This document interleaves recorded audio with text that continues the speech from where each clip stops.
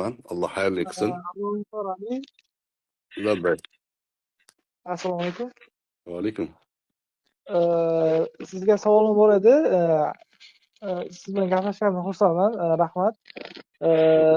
O'sha Hamid Sodiq atrofida yurgan G'ayratxo'ja, masalan, Azonuz kanallar bor-ku, keyin Fikrat.uz. O'shalarni munosabati o'sha Hamid Sodiqning harakatiga nisbatan siz bilan o'rtada munosabatdan keyin hech qanaqa o'zgarmaganda, u narsaga qanaqa izoh berish mumkin? Endi ulardan so'rash kerak. Meni bilishimcha, Mubashshir domla Alloh o'zi najot bersin. Mubashshir domlani ham mana shunaqangi o'zanlarga, mana shunaqangi islom ummatiga foydasi yo'q mavzularga kirib ketishligida G'ayratxo'jani ham qo'li bor. G'ayratxo'ja ham bu masalalarda ko'p shu bosimda, targ'ibotda shunaqa qilishimiz kerak degan siyosiy maydon qilishlikda qo'llari bor ularni. O'zi ishqiboz, ya'ni men uni ayb deb aytmayapman buni. Mana shunaqa narsalarga ishqiboz, chunki diniy saviyasi unaqa yetuk odamlar emas. Siyosiy maydon qiziq ularga. O'sha azon uzni ham siyosiy maydonga aylantirganlardan bittasi G'ayratxo'ja bo'ladi. Endi o'sha G'ayratxo'ja shu siyosiy maydonga aylantirgandan keyin u yoqqa shu Hamid Sodiqlarni, anavi Ixtiyor Esanovlarni chaqirib juda olib borishdi. O'sha paytlarda zindan ham aytdik, odam yuborib ham aytdik. Ustozlar ham gapirishdi, shu maydonni noto'g'ri qilyapsiz shularga deb. Lekin domla ko'ngli bo'sh edi. Esanov domla qamalgan kuni Gazanda qo'lga tushdi deb post qo'ydi. Esanov, mana shu Ixtiyor Esanov degani bor-ku. Bularning familiyasi ham ajoyib. Bittasi Tashanov, bittasi Esanov. Astagfirulloh va atubu ilayh. Malini ota o'tib ketgan ota-onalar nomiga familiyasi o'tgan-u. Ya'ni diniy diyonatdan o'ta uzoq jamoatdan chiqqan odamlarda bular. Esanov Mubashshir domla Turkiyadan kelib O'zbekistonda deport qilingan kuni post qo'ygan. Ko'rganlar bormi bu yerda?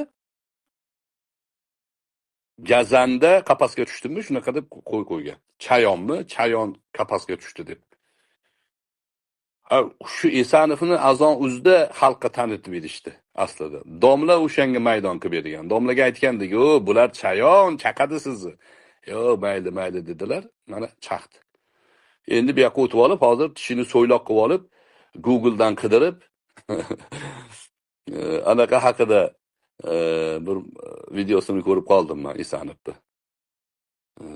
Ya'ni gapirganda pauz bilan gapiradi-yu, nafasini anaqa qilib eshitsangiz rosa olam shumul gap gapiryapti deb o'ylaysiz. Beruniy haqidami, kim haqida yoki Farobiy haqidami gapiryapti-da? Farobiy haqida menimcha. Keyin bir jumlani o'qiyapti Farobiyga tegishli deb. Yaxshilab eshitsangiz jumlani ichida nogiron deb ketyapti. Qatida nogiron degan yozuvga ko'zi tushib qoldi shekilli. Jumlaning ichida nogiron degan jumla bor-da. Keyin nuqta qo'ygandan keyin ma'no chiqmadi. Tuzgan jumlasidan ma'no chiqmadi, davomida nima deyapti? Endi bu falsafiy gapda bu. deb shavut ketyapti. U tarixni ham Google'dan qidirib, ChatGPT'dan qidirib o'sha yerda yozib olib o'qib beradigan odamlar. Tarixga ham ma'lumoti yo'q, shunaqa odamlar. Ularni tabiiyki munosabati o'zgarmaydi. Maqsadli odamlar aksariyati. O'sha joydan o'sha maqsad bilan kirgan odamlar. Musulmon ummatiga nima foyda, nima zarar, uni o'lchaydigan odamlar emas. Bizning e'tirozimiz shularga o'zi aslida. Tushunardingmi? Rahmat. Keyin Hamid Sodiq o'zlari ham ko'p aytarlar, o'sha intervyularda, masalan, o'sha Fikrat.uzda ham biz ilmiy jihatdan ochiqmiz deb doim aytarlar-da, ilmiy suhbat quramiz, ochiqmiz, suhbat quraylik, gaplashaylik, muammolar adekvatni shunda hal bo'ladi deb aytarlar-da. Nimaga shunaqa ilmiy suhbatlar bo'lmaydi lekin? Uni ham o'zlaridan so'rang. Biz ham har doim boshidan beri aytib kelyapmiz. Mana shu savollarimiz bor. Bir-biringlarni yolab yulqab san to'g'ri deb o'tirmanglar. Qarshilarda biz ham savol beraylik sizlarga. Hamma musulmonlar hozirgi kunda liberal bo'lib ketgan deyapsiz. Buni ba'zi musulmonlar o'ziga haqorat deb biladi. Buni haqorat deb biladi ba'zi musulmonlar. Siz haqorat ishlatsangiz bo'laveradi-yu. Sizga nisbatan tanqidiy fikr bildirsak, bizga haqorat bo'ladimi? Javob kelishini ya'ni e'tiborga olmaysizmi? Nimaga javob kelishini e'tiborga olmayapti bular? Chunki ko'rishib gaplashmaydi. Mana siz aytyapsiz, shunaqa degansiz-ku. Borib aytib ko'ring-chi. Shunaqa degansiz-ku, darslarda, jonli efirlarda, podkastlarda. Nimaga yuzma-yuz o'tirib gaplashmayapsiz?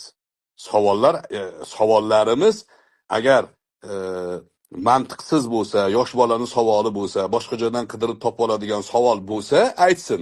Bu shunaqa savol bu desin, bo'ldi, biz boshqatdan maktabda o'qib chiqamiz. Savollarimiz bizniki mantiqiy. Nimaga feminizmni qo'llab-quvvatlash kerak? Nimaga muslima qizlar feminizmga qo'shilish kerak?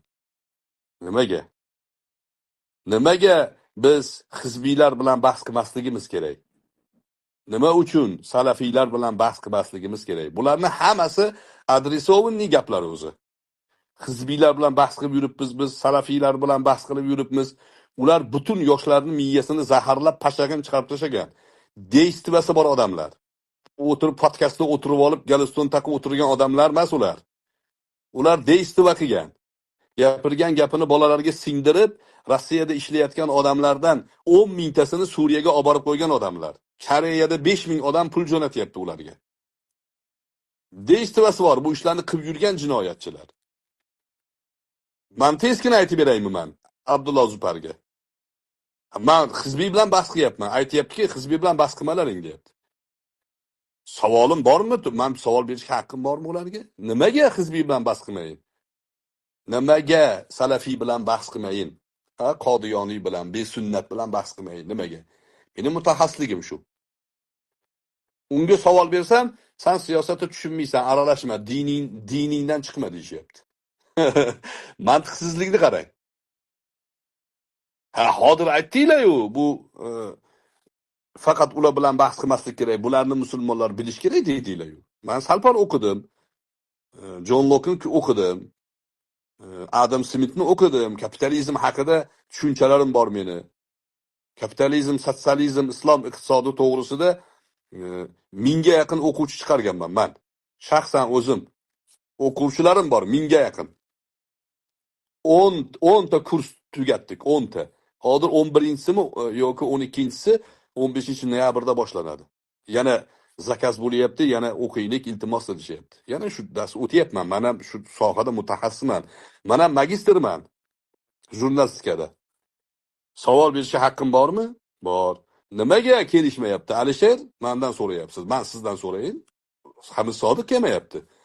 Nima deb o'ylaysiz? Nimaga kelishmayapti ular? Nimaga yuzma-yuz o'tirib gaplashmayapti? Lekin ko'p podkast chaqirgan podkastlarimizga deyarli qaysi agar ommaviy podkast bo'ladigan bo'lsa, hammasida ishtirok etganlar deb o'ylayman. Ilmiy podkastlarda yoki sotsiologik. Uni hammamiz ko'rib turibmiz. Nimaga biz bilan yuzma-yuz suhbatlashishga kelmayapti? Nimaga bizni chaqir desak chaqirmayapti? Nima deb taxmin qilasiz? Bormi taxminingiz? Uzr, endi to'g'risi shaxsiyatiga tegmoqchi emasman, lekin balkim sizni ba'zi bir suhbatlaringizni eshitib yoki bo'lmasa ilmiy jihatdan yoki bo'lmasa qanday suhbat davomida haqoratga o'tib ketish mumkin deb o'ylayapmanman yoki bilmayapman lekin. Hozir siz bilan haqoratga o'tdikmi? Yo'q. Nimaga unaqa xulosaga boryapsiz? Boshingizda tajriba bo'lib turibdi. Siz bilan birinchi marta gaplashyapmiz. Hani narga bola ustozingiz, hali Javohirmikin? Men u hech qaysi gruppadan kelmadim, просто YouTube'da yaqinda sizni Hamid Sodiq haqida O'sha Javohir bilan 2 kun kechami gaplashdik. O'zi tan olyapti, e'tirof qilyapti. Menga bu yerda til yog'lamachilik qilib, sizni e'tirof qildim, sizni maqtadim deyapti-da, bekordan aytibdi. Bizni bolalar, ya'ni kuzatuv guruhlarimiz bor. Uni guruhida kirib eshitib o'tiribdi. Guruhga kirib aytayaptiki, men deyapti, bu bilan seryozni janjal bo'ladi deb gaplashuvdim. Janjalga yo'l bermadi. O'ta madaniyatli gaplashdi. narsalarni tayyorlab qo'ygan ekan, shunda qo'yib berdi, hech narsa deyolmay qoldim, deyapti. Masxara qilyapti. Janjal qilmoqchi bo'lgan, ya'ni provokatorlar. Katta ehtimol bilan quloq o'tiribdi hozir shu yerdagi bolalarni provokatsiya qilib, yozganini yozib olib, skrinshotlarni qilib, poylab o'tiribdi. Ahmoq deb o'ylayapti bizni musulmonlarni. Endi siz bilan mana gaplashyapmiz. Nimaga siz eshitganlaringizdan xulosa qilyapsiz-u, o'zingiz ko'rib turgan, o'zingiz gaplashib turgan odamdan xulosa qilmayapsiz? Chunki fikringizni og'dirishgan. Yoshingiz nechida? Yoshim 22da. Ayni ularni obyektisiz. Ular sizni fuqaro demaydi. Nima deydi aytaymi siz haqingizda ular? Sizni nima deydi bilasizmi?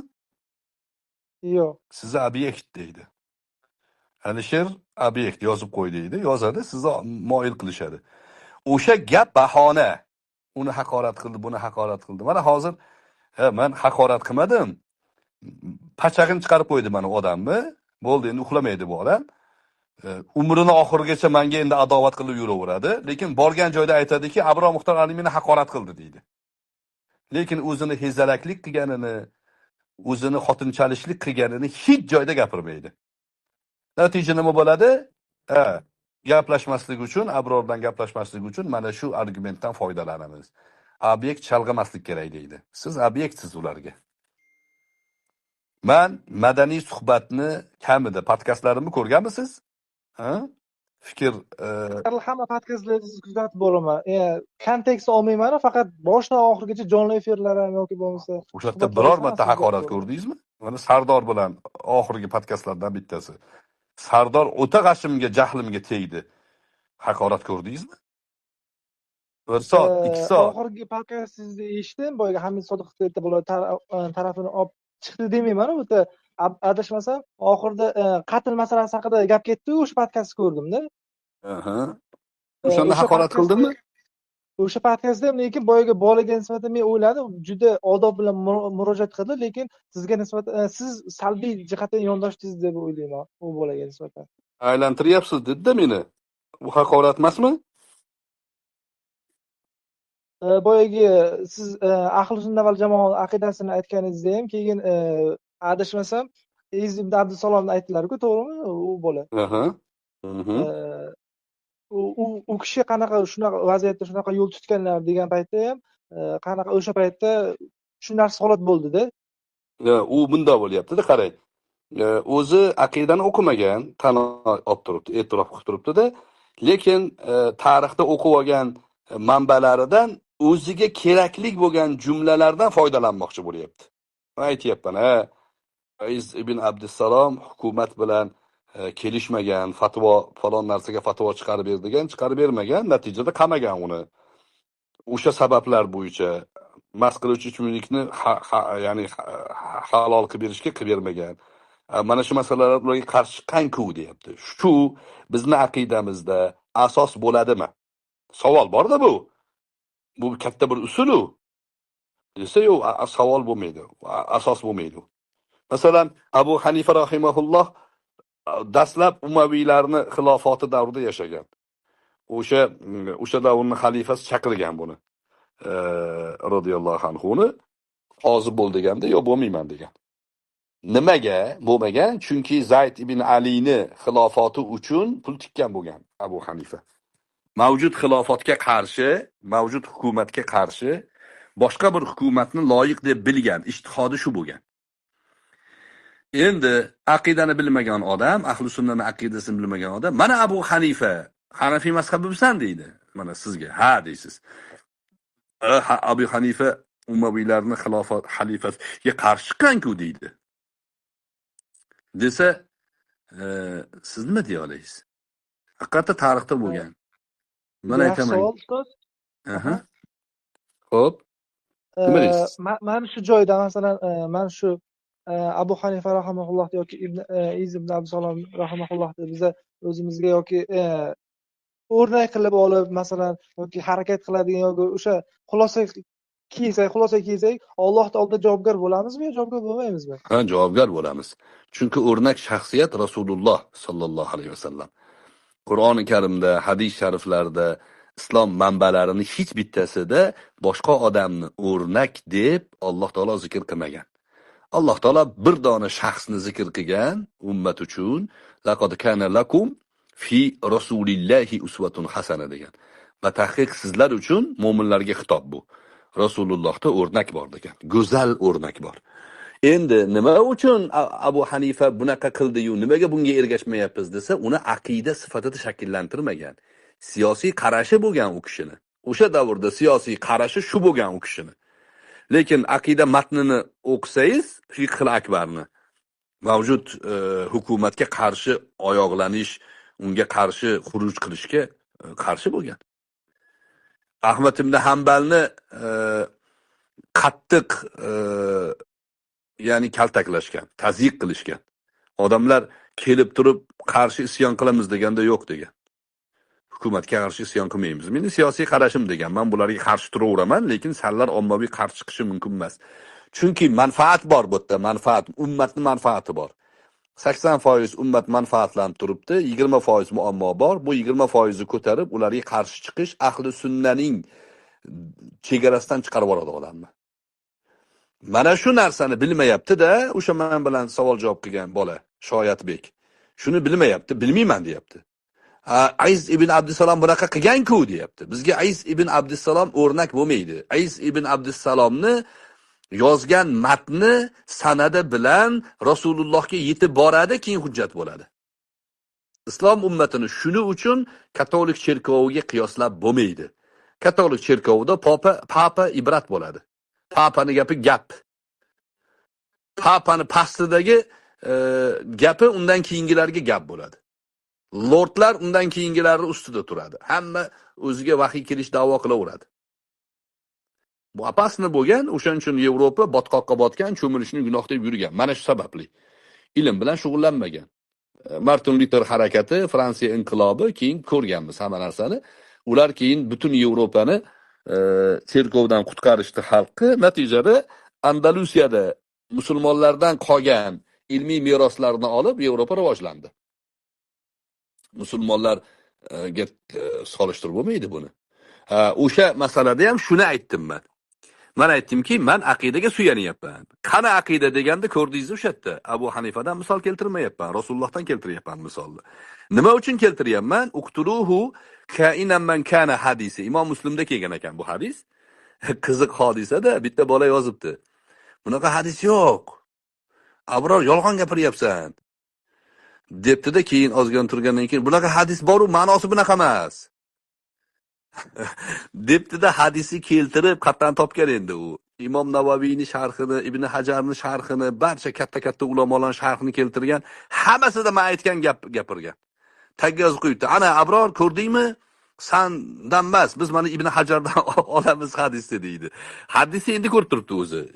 GPTdan topgan menimcha qidirib. O hadis nimaga misol keltiryapman? Asos bor. Ya'ni musulmonlar musulmon qadriyatida yashayapti, iymoni bilan, e'tiqodi bilan beshoq namozini o'qiyapti, ayollarini, bolalarini shu tarbiyada tarbiya qilib turibdi-da, bir odam chiqyapti-da, yo'q, bu noto'g'ri, John Locke, palonchi, pistonchi, Adam Smith, Sigmund Freud deyapti. Misol uchun fikrini buzyapti. Taqiqlangan kitoblarni targ'ib qilyapti.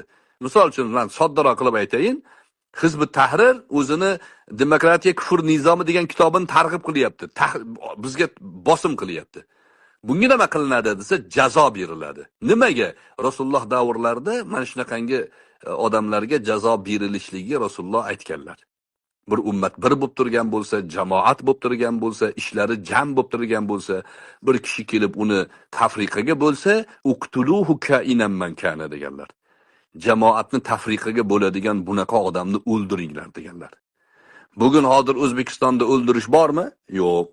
Nima qilinadi unda desa, bugungi qonunchilikka ko'ra javobgarlikka tortilish kerak bularni. Hizb-ut Tahrirni shuning uchun javobgarlikka tortiladi. Hozir havorij kelsa, odam o'ldiradi. Mana Qur'onda oyat bor, odam o'ldirish deb odamlarni o'ldirishga targ'ib qilsa, kitobini tarqatsa, uni o'qiganlar chegaraga hujum qilsa, nima asosda o'ldiriladi ularni? Savol. Insonni o'ldirish gunoh deb menga oyatlarni tashlashyapti Moida surasida. Arabchasini bilaman men, tafsirini ham yaxshi bilaman. ومن قتل نفسا بغير نفس أو فساد deb kelgan. Fakannama qatalan nasa jami'a. Kim bir nafsni o'ldirsa, hamma odamni o'ldirgandek deb ma'no aytishyapti. Unaqa emas buni ma'nosi. Va man qatala nafsan bighayri nafsin.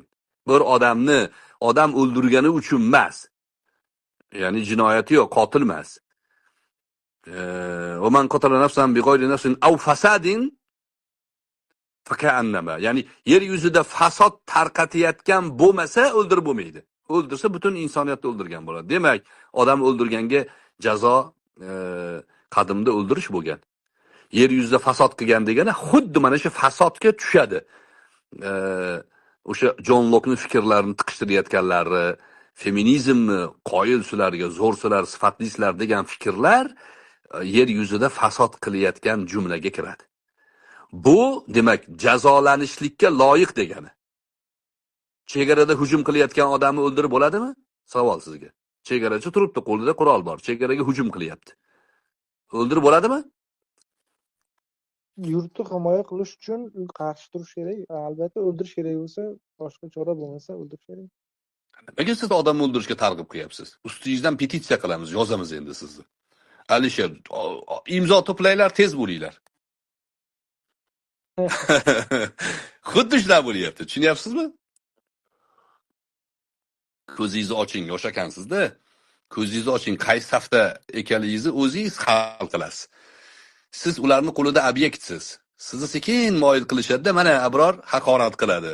Kallangizga kirgizib qo'yishgan. Siz bilan o'tiribmiz, haqorat qilganim yo'q. Sansiraganim yo'q. Yosh, mana 3 barobar mendan kichkinasiz.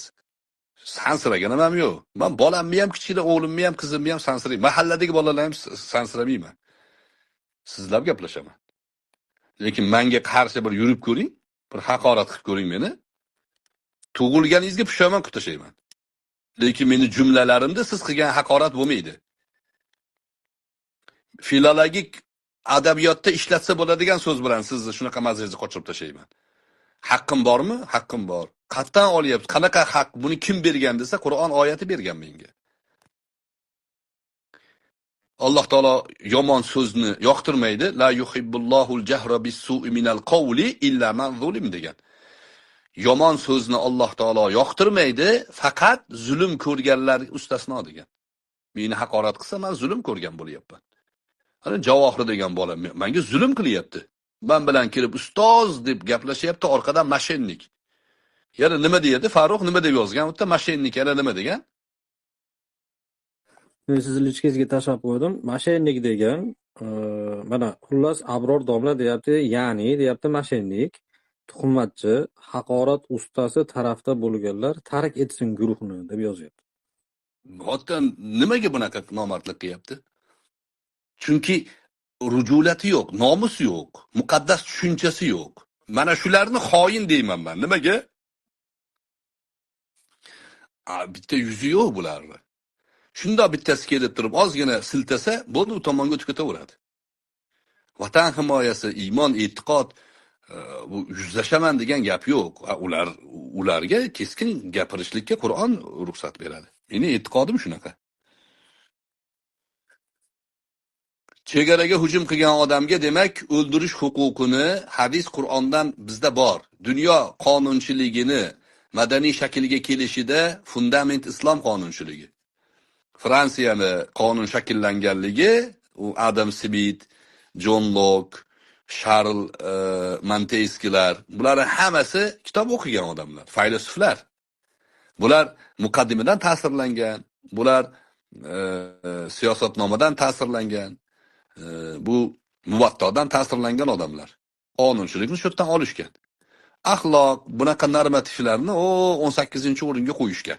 Eng birinchi o'rinda davlat din bilan emas, adolat bilan turadi deyishgan. To'g'ri, bu gaplar bor bizda ham. Lekin adolat axloq sifatida sanalsa, uni atrofiga insof, birovga rahm shafqat qilish, kechirimli bo'lish, tag'oful, hammasi adolatni yonidagi belgilar. Ularni kesib tashlasangiz, qup-quruq adolat insonni tishiga botadi.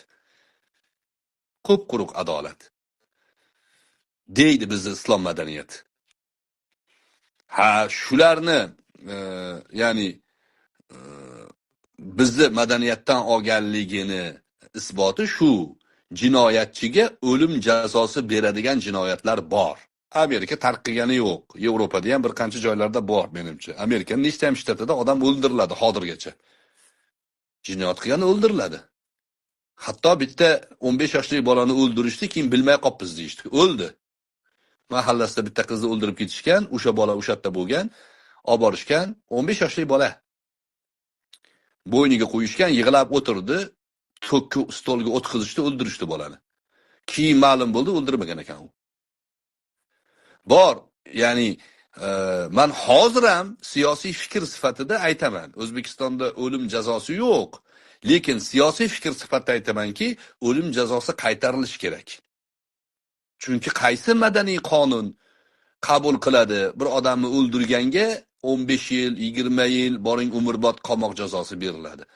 U qotilni bir odamni o'ldirgani uchun boqadimi uni bizni pulimiz bilan, soliqlarimiz bilan? Qanaqa adolat bo'ldi? Buni bir qayta ko'rib chiqish kerak. Kelajakda bu qonunlar ham isloh bo'lar. Buni bilmayman, O'zbekistonda birinchi talab qilgan odamlardan bittasi men bo'lsam kerak. Qonunchilikda o'lim jazosi bor bo'lish kerak. Pedofillarga nisbatan nima qilish kerak? Pedofillarni nima qilish kerak? Ha? Yosh bolalarni zo'rlab ularga shunaqa qilganlar nima qilish kerak? Qamoq jazosi. Nima qiladi? Boqadimi uni qamoq? Pichish kerak ularni. Ha, mana shu qonunlarni keltirishimiz kerak. Bu taklif, bu siyosiy takliflar. Bularning hammasi bizni mana shu madaniyatimizdan, milliy qadriyatimiz, e'tiqodimizdan olingan.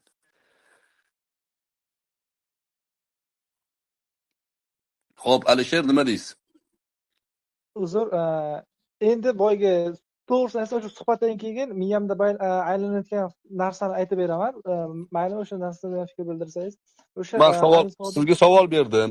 Shu mana shu xulosadan mana shuncha gap so'z o'tdi. Mana siz ham so'rayapsiz qatl haqida. Sizga javob berdim. Shuni kesib olib, mana Abror Hamid Sodiqni o'ldirishga fatvo beryapti deb petitsiya uyushtirayotganlar naqadar adekvat, naqadar erkak, naqadar insofli odamlar. Nima deysiz? Bu narsaga to'g'risini aytsam, yo'qlamayman. Bu petitsiya o'tkazishdi. Hamma erkin gapirish huquqiga ega deb bilaman. Siz gapirdingiz, sizni gapingizga qo'shiluvchilar bo'lishi mumkin, qo'shilmaydigan bo'lishi mumkin. Lekin bunaqa petitsiya yig'ib yoki shabatash qilish menimcha to'g'ri bo'lmasa kerak. Ya, uni so'ramayapman. Alisher, aniq, savolim aniq. Meni gapimni kesib olib, aslida ma'nosi emasligini bila turib, boshqa narsani, masalan, men Hamid Sodiqni o'ldirishga buyurmayotganim, fatvo bermayotganim aniq. Sizga tushundingizmi nima misol keltirganimni? Siz ham tushunmadingizmi hali ham? Tushundim. Shuni odam o'ldirishga fatvo beryapti, targ'ib qilish uchun naqadar insoniy bo'lish kerak bu amal. Shu odamni siz erkak deb deya olasizmi? Adekvat deya olasizmi? To'g'risini aytsam, mana shu narsa voqea haqida xabar topdim, lekin bu narsada Hamid Sodiqning qo'li bor deb o'ylamayman. Ila Safarov uyushtirgan narsa deb eshitdim hozir bu yerda. Lekin yo'q, Hamid Sodiq aytmayapman. Shu ishni qilganlar. Yo'q, albatta bu ishni qilganlarning tarafini olib bo'lmaydi, samimiy ham deb. Tarafini olish so'ramayapman. Shular erkak deya olasizmi shularni?